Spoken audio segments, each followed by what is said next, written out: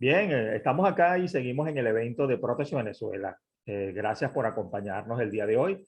En este segmento estamos con el ingeniero Juan José Pocaterra, CEO de la empresa Vicua. Saludos, ¿cómo estás, Juan José? Bienvenidos a Hola, este evento de Francisco. Protege Venezuela.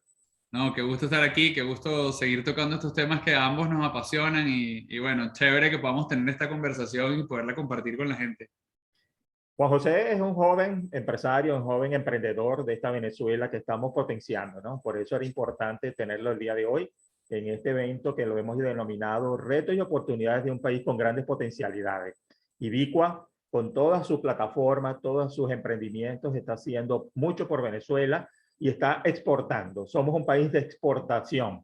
Así Así que es. pronto vamos a comenzar a hablar un poquito más acerca de todo eso. Cuéntanos un poco en lo que anda Vicua.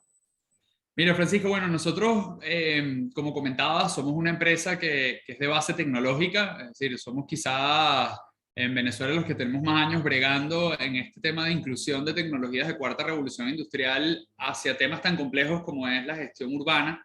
Eh, Estamos en lo que se denomina un espacio, o así lo denominan en la actualidad, antes no lo llamaban así, recientemente con la inclusión de los multilaterales se le ha ido dando mucho más reconocimiento, que es todo esto que se conoce como GovTech, Uh que -huh. son tecnologías para gobiernos, que como espacio tiene pues varias verticales. En nuestro caso nos dedicamos a lo que llaman Urban Tech, que es tecnologías para lo urbano o para el desarrollo urbano, fundamentalmente porque lo que hacemos nosotros desde Vicua es apoyar la transformación de ciudades emergentes a ciudades inteligentes.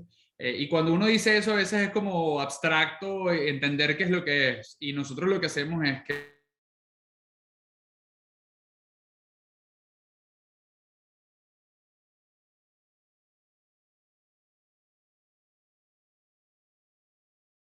la capacidad a través de móvil que se en la ciudad con sus servicios públicos, es decir, data sobre, por ejemplo, cuál es la infraestructura o cómo es el estado del transporte público, el tránsito, la recolección de residuos, el alumbrado de la ciudad, las obras públicas, las cuadrillas que hacen mantenimiento, en fin, todo lo que es esos servicios que acompañan a que la ciudad pueda funcionar de una buena manera. Y con esa recolección de la data, pues tenemos una serie de herramientas y de aplicaciones que ayudan a procesar esa data, convertirla en información y ayudar a tomar decisiones que optimicen el costo de esos servicios para la ciudad, porque al final del día, como le digo a mucha gente, y es la razón por la que esto nos apasiona, los gobiernos manejan, los gobiernos municipales, especialmente los gobiernos locales, manejan, y creo que todos somos o víctimas o beneficiarios de eso, manejan la infraestructura más crítica de nuestras vidas, o sea, todo lo que hace que nuestro entorno de ciudad funcione.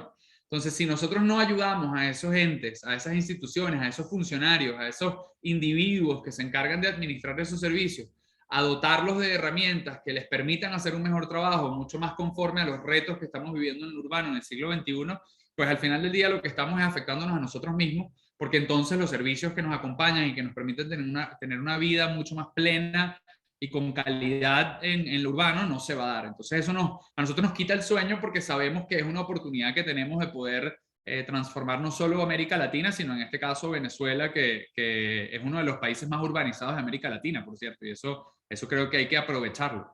Claro.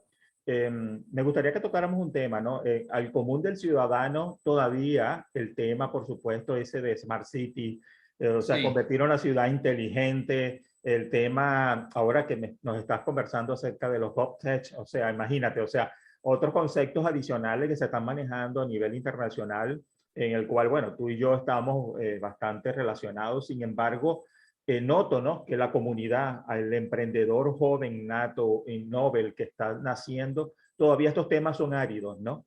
total. Me gustaría que empezáramos por ese tema, conversar cómo podemos hacer, cómo podemos sumar voluntades en función de poder que estos retos y oportunidades de este gran país, Venezuela, se puedan potenciar.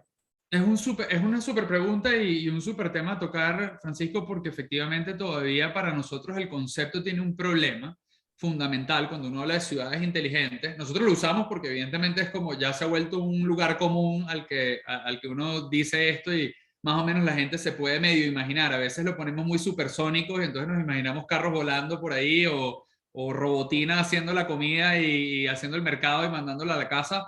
Pero la verdad es que, y eso ayuda definitivamente que uno pueda hablar de tecnologías aplicadas al urbano, pero nosotros creemos que hay que aterrizarlo más, especialmente porque ese concepto de ciudades inteligentes pareciera que lo que crea es una brecha muy grande, especialmente entre las ciudades y los ciudadanos del mundo, de aquellos que o estoy en una ciudad bruta o estoy en una ciudad inteligente. Y como la mayoría de nosotros sabemos que hay retos urbanos y problemas y no nos sentimos que estamos en una ciudad inteligente, pues vemos que estamos en una ciudad bruta y eso desmoraliza un poco lo que es nuestra vida urbana. Entonces, por eso nosotros realmente lo que decimos es, mira, el concepto de ciudad inteligente, primero, comentarle a la gente que tiene mucho que ver con la gradualidad. Es igual que los seres humanos, igual que nosotros, cómo vamos evolucionando. Es decir, tú vas a kinder, después vas al colegio, después vas a secundaria, después vas a la universidad, después haces un posgrado. Y ahí vas construyendo herramientas. Lo mismo ocurre para las ciudades y sus gobiernos en su posibilidad de irse digitalizando y volviendo cada vez más inteligentes. No es un salto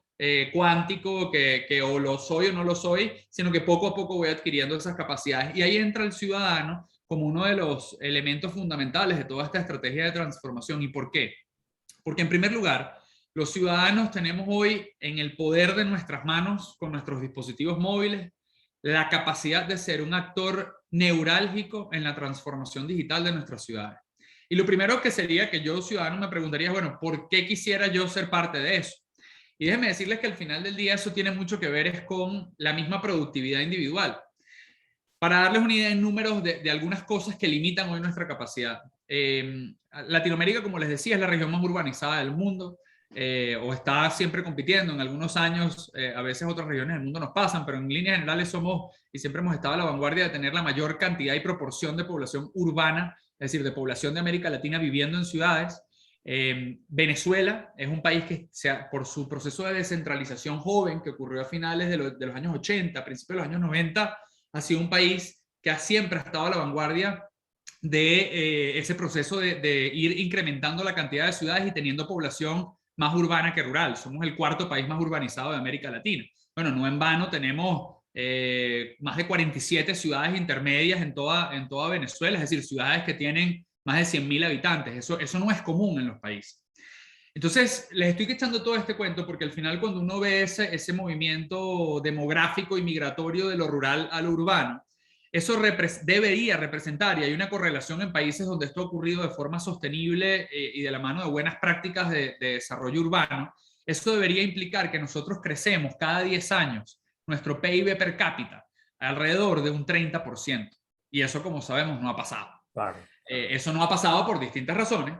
Pero la verdad es que cuando tú digamos, pelas la cebolla, hay un componente importante en el corazón de todo esto, que es que nuestras ciudades no tienen servicios, y bueno, los que vivimos en Caracas, tú que vives en Maracaibo, los que viven en San Cristóbal, es decir, y esto no es solo Venezuela, en toda Latinoamérica hay bastantes retos, especialmente en las ciudades del interior, es decir, en ciudades que no son la capital que tiene la mayor cantidad de los recursos. Se viven estos mismos retos, nosotros que trabajamos en Perú, en México, en Ecuador, en Colombia, estos retos igual se enfrentan en esas ciudades que no son como los sospechosos habituales.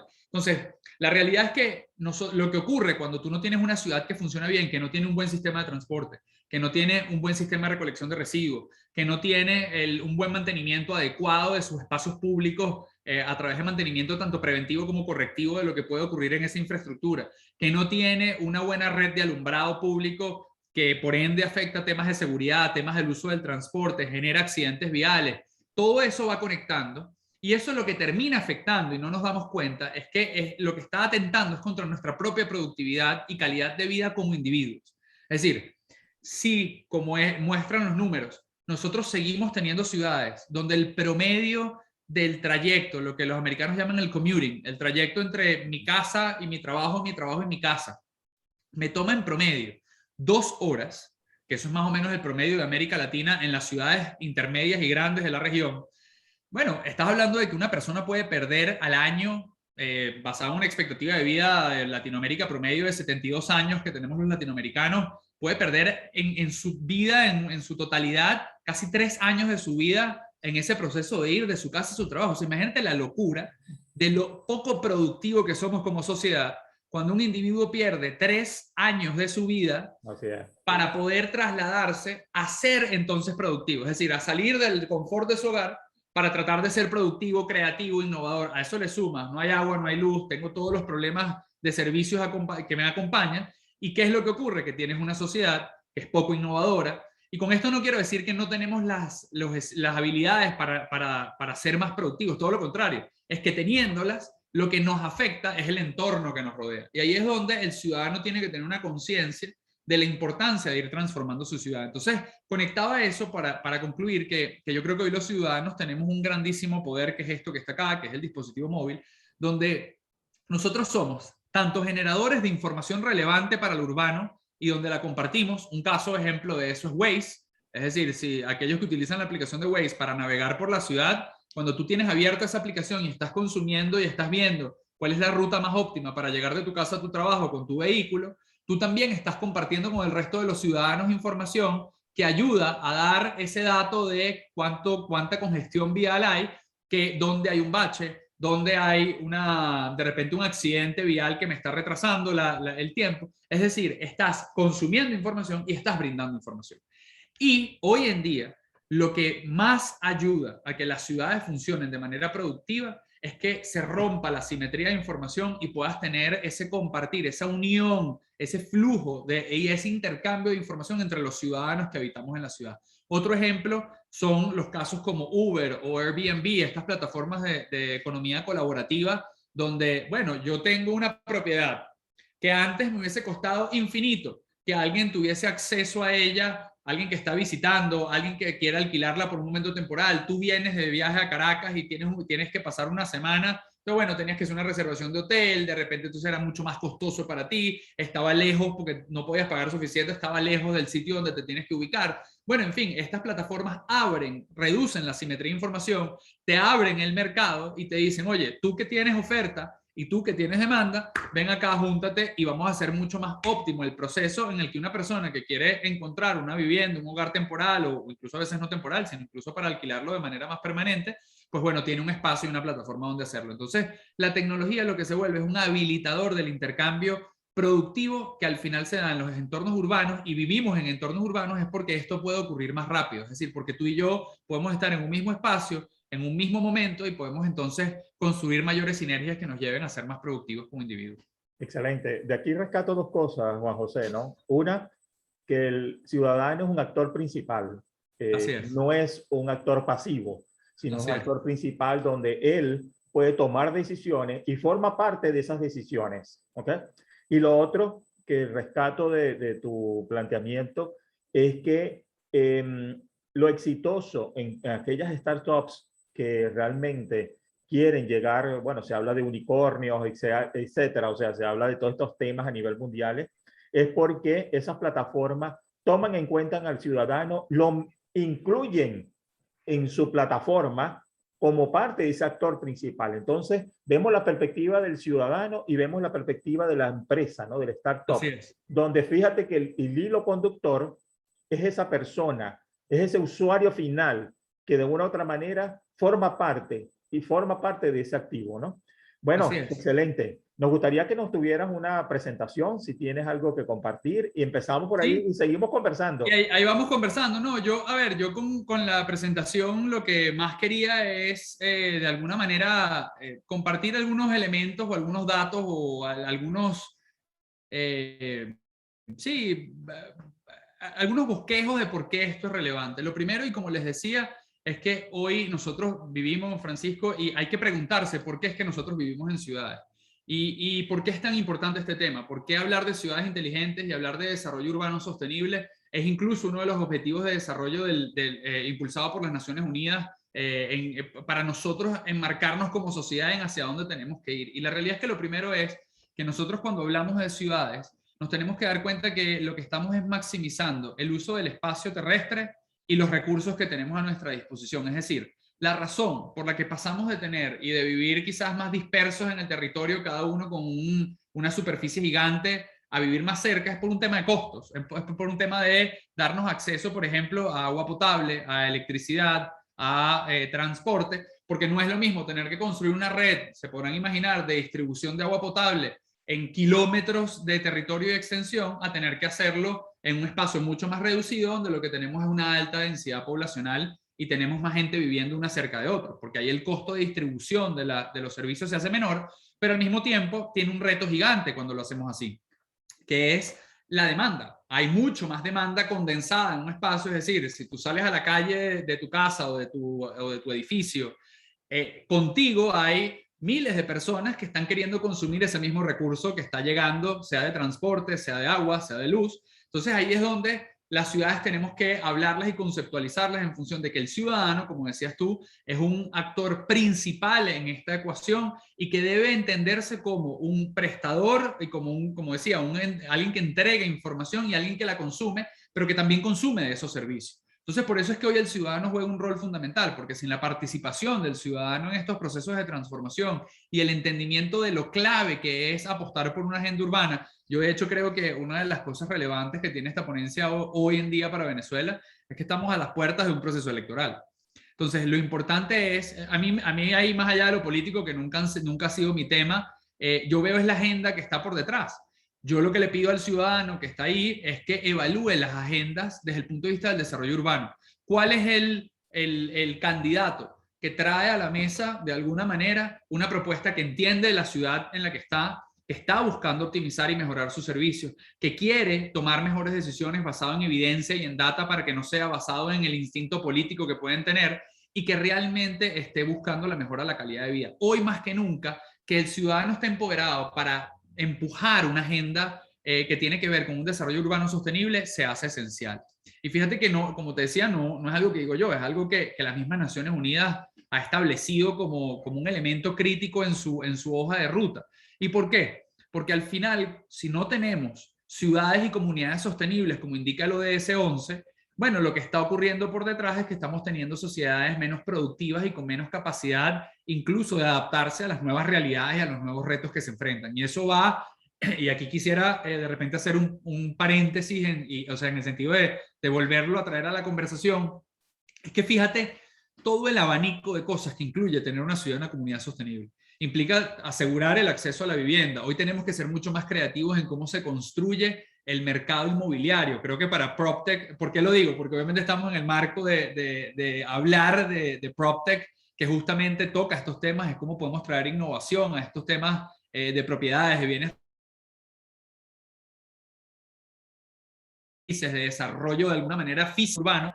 Bueno, hoy más que nunca eso se hace relevante porque, como les decía antes, con el caso de Airbnb, estamos en un mercado de muchísima simetría de información. Hoy el mercado inmobiliario pudiera estarse dinamizando en los próximos años si le metemos muchísima creatividad a cómo se invierte, a cómo se construye, a cómo se arriendan las propiedades, a cómo incluso puedo tener temporalidades distintas. Eso requiere cambios legislativos sin duda alguna, pero yo soy de los que cree que hoy la tecnología más bien empuja esos cambios legislativos y los cambios legislativos vienen posteriores a que ese MVP o ese testeo se hace. Y como eso, fíjense que hablamos ahí en uno de los elementos del objetivo, que es el 11C, hablar de edificios sostenibles y resilientes, porque si tú no tienes que un edificio consuma sus recursos de una manera más inteligente, sino que es un edificio que, digamos, tiene prendido, está consumiendo energía de manera constante, al mismo ritmo, todas las horas del día, no importa si está ocupado o está vacío, ahí tienes un problema de sostenibilidad. Si nosotros no tenemos un vínculo o acceso de las personas a espacios públicos seguros, dignos, que además de alguna manera tengan correlación con ese entorno físico que se está construyendo, entonces realmente no estamos logrando que la ciudad sea sostenible, porque lo que hemos visto es que un buen espacio público tiene, por ejemplo, dos incidencias que nosotros las hemos demostrado con data en otras ciudades. Uno, sobre la salud. Si tú tienes un espacio público en la que la gente se ejercita, en la que hay espacios verdes además protegidos en la ciudad, hay un canopy verde que se resguarda y hay acceso libre, que no fragmenta la trama urbana y no fragmenta la población, bueno, eso incide sobre la salud tanto mental como biológica y física de las personas, eso está comprobado. Y lo segundo es que además incide sobre los recaudos o el ingreso que puede tener el valor de la propiedad. Para darles una idea, nosotros hicimos una correlación con la ciudad de Barranquilla hace unos años, donde vimos que el mantenimiento preventivo que hacían las cuadrillas de la ciudad en lo que ellos llamaban los espacios biosaludables, que son estos gimnasios al aire, al aire abierto, pues, o sea, al espacio abierto del espacio público, traía consigo un incremento en el 11% del valor de la propiedad de 1 kilómetro a la redonda y por ende también un incremento en el impuesto predial que se paga en Colombia, como tú sabes, es bien fuerte. Entonces, quería traer esto a la mesa, a la conversación, porque creo que cuando hablamos de ciudades, la gente de repente ve muy poquitas aristas y esto abarca toda nuestra vida porque al final vivimos en un entorno urbano y ahí es donde nos estamos desenvolviendo.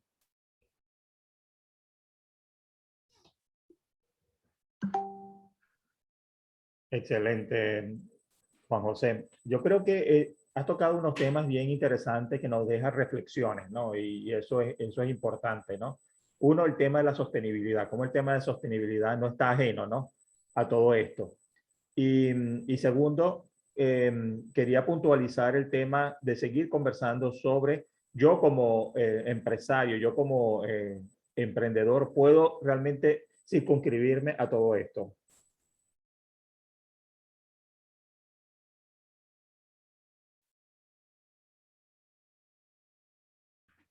Perdí.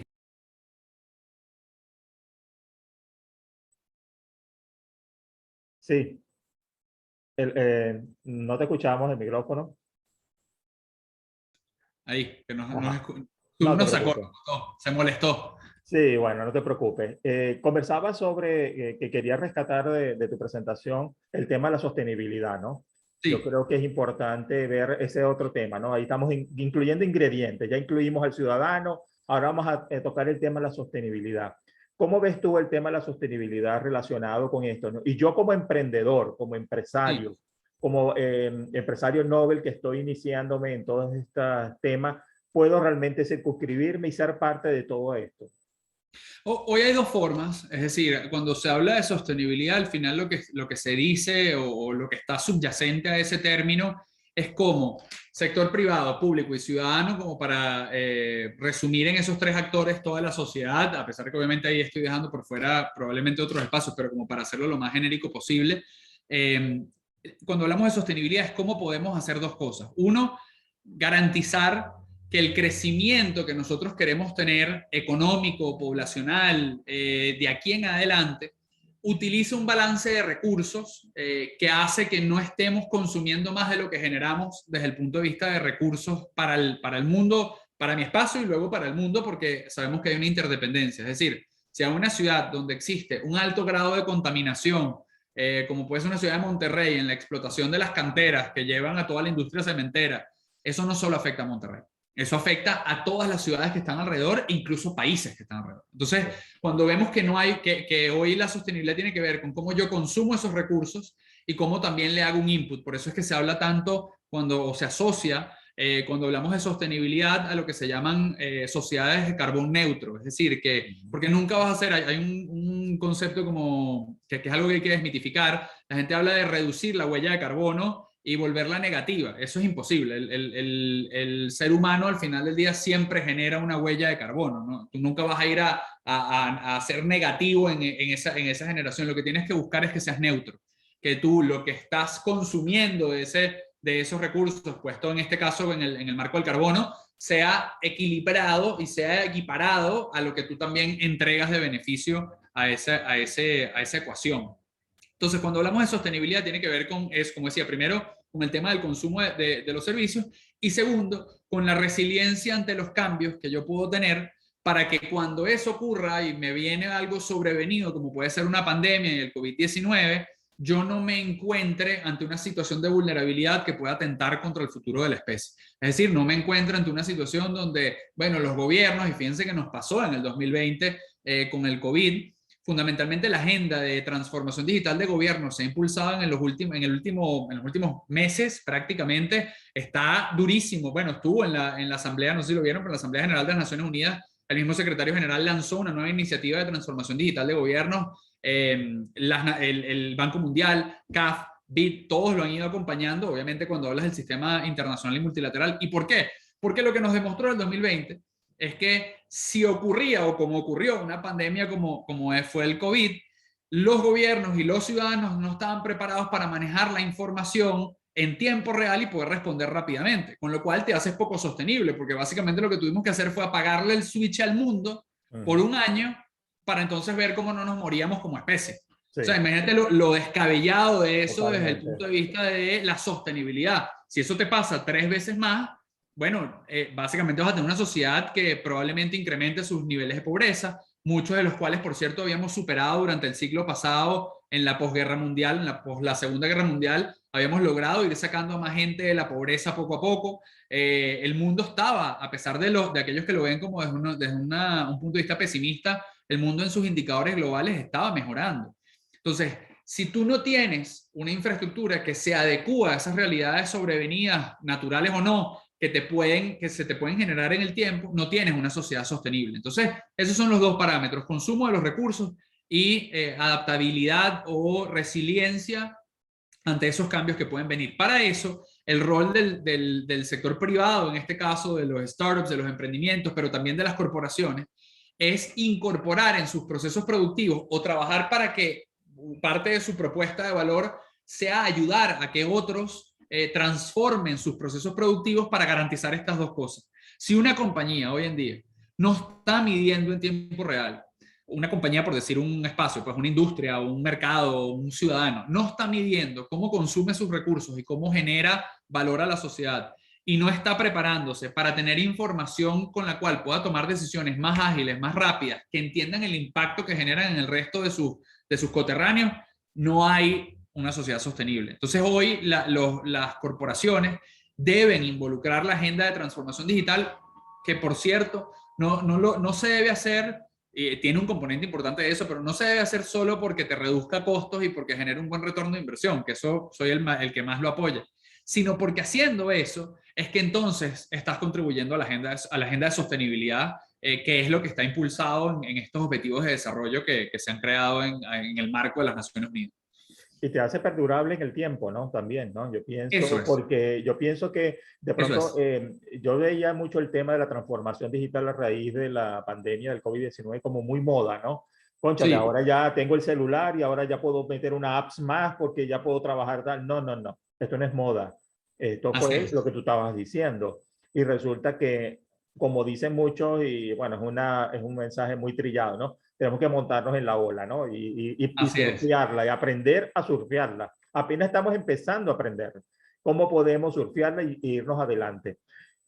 Juan José, Totalmente, estamos llegando totalmente. al final de esta conferencia excelente. Realmente nos has dado un panorama bien importante en este evento de Protect Venezuela. Agradecido por habernos acompañado. Un mensaje final, Juan José, para todos aquellos que nos siguen, No, que son parte de Protect de Venezuela. mensaje final, pedirle a todos los que nos están escuchando que nos volvamos agentes de cambio. Hoy la tecnología, yo soy muy tecnopositivista en ese sentido, o sea, a pesar de que claro que puede ser usada para fines equivocados, la tecnología es una herramienta muy poderosa que hoy tenemos todos disponibles y cada vez está siendo más accesible. No importa la generación a la que perteneces, no importa el nivel socioeconómico que tengas, hoy la tecnología es una herramienta de transformación. Y yo mi mensaje que nos tengo, especialmente a los venezolanos, es empecemos a incorporar estas herramientas que están, a juntarnos y a crear y a innovar pensando en que esas herramientas hoy son nuestros grandes aceleradores de procesos de cambio.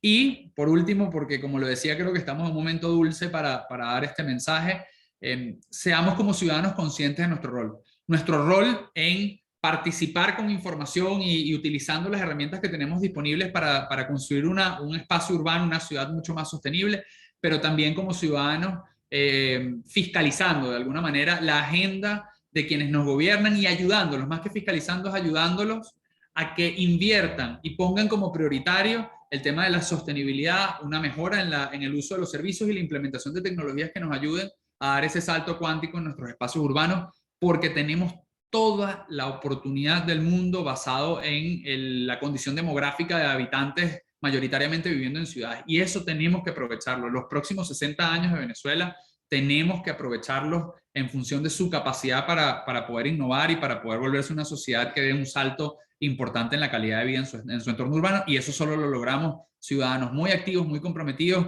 y muy casados con ayudar a los funcionarios y a los gobiernos a ser también cada día mejor. Bien, excelente.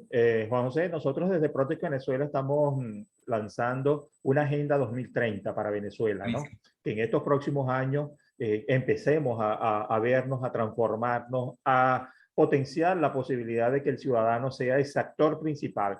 Y todos ustedes que nos siguen a través de la plataforma de Foro Chat Iberoamérica, quien nos ha cedido este espacio, y de Protege Venezuela, tú eres ese actor principal que puede transformar nuestro país.